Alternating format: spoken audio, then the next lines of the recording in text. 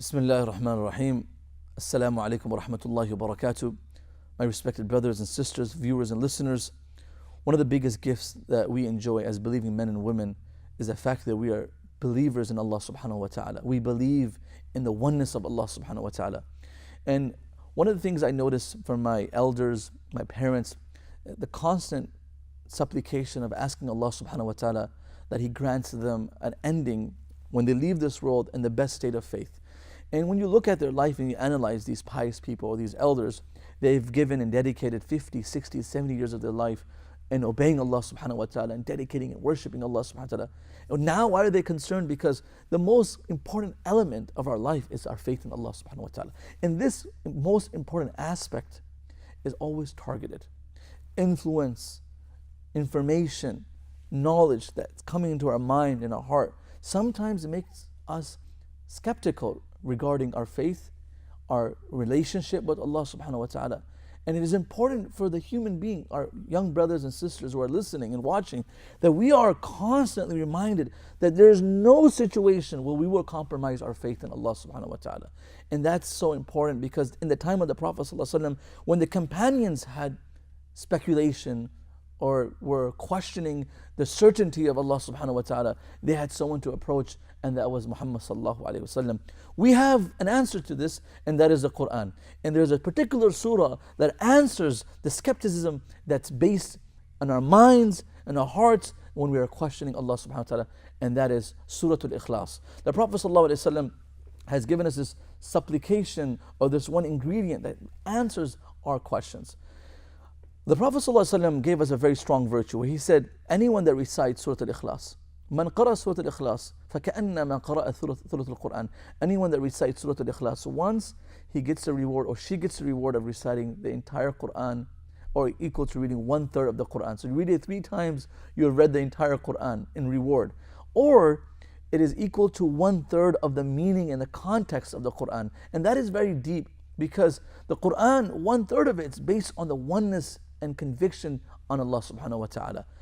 Once the Prophet ﷺ was approached by a companion who constantly used to recite Surah Al-Ikhlas, Qul huwallahu ahad, in his prayers. The Prophet ﷺ asked him, what is the reason for you to recite this surah in all your prayers? And the man replied in a very beautiful form. He said, Ya Rasulullah, inni uhibbaha. I love this surah. There is no other answer I can give. Not because it's the smallest surah. Actually, this is a surah that I enjoy and I love the most. And the Prophet ﷺ said, the love for the surah has granted you a ticket to paradise. And that's very powerful for us to love something so simple but so significant in the eyes of Allah subhanahu wa ta'ala. Once the Prophet ﷺ was sitting with Angel Jibreel alayhi salam, and this conversation is between the greatest human and the greatest angel. All of a sudden, a companion of the Prophet ﷺ walks by. إِذْ أَقْبَلَ أَبُو ذَرْ. A companion by the name of Abu Dharr radiallahu anhu walks by, and Jibreel breaks the conversation and he says, Ya Rasulullah, this companion is Abu Dharr. And the Prophet ﷺ says to Jibreel, you know Abu Dharr, ta'rifuna, you know Abu Dharr. And Jibreel ﷺ replies with all respect and he says, Ya Rasulullah, Abu Dharr might be very hidden in your society. People might not know who he is because of his humbleness and simplicity, but he's a very famous person in the heavens. His popularity is discussed in all the skies, not because of his social media status or his tweets or his likes or his followers. He has the angels following this man. And what is it that attracts the greatest creation of God, the most innocent creation of God, like angels and the Prophet ﷺ interested in Abu Dharr radiallahu anhu? And the Prophet ﷺ asked Jibreel salam, and Jibreel salam said that there are 2 reasons why Abu Dharr is so special in the heavens. So one, his humbleness, sighri nafsi, his humbleness, and second, his constant recitation of Surah Al-Ikhlas. So Surah Al-Ikhlas is a surah that removes our doubt and also gives us assurance in the oneness of Allah subhanahu wa ta'ala. And we can see from the beginning of the surah, Allah subhanahu wa ta'ala is saying to his Habib, his beloved, Qul, O Muhammad, tell and convey the people, Allah is one and unique and only. We don't need to associate any partners, and we must not associate any partners to Allah because Allah is sufficient for us. Allahu Samad. Allah is independent, and we are all dependent on Allah subhanahu wa ta'ala. Every single creation is dependent on Allah, and Allah is dependent on no one. and lam yalid wa lam yulad. He did not give birth to anyone, and everyone that's in this world is dependent on him.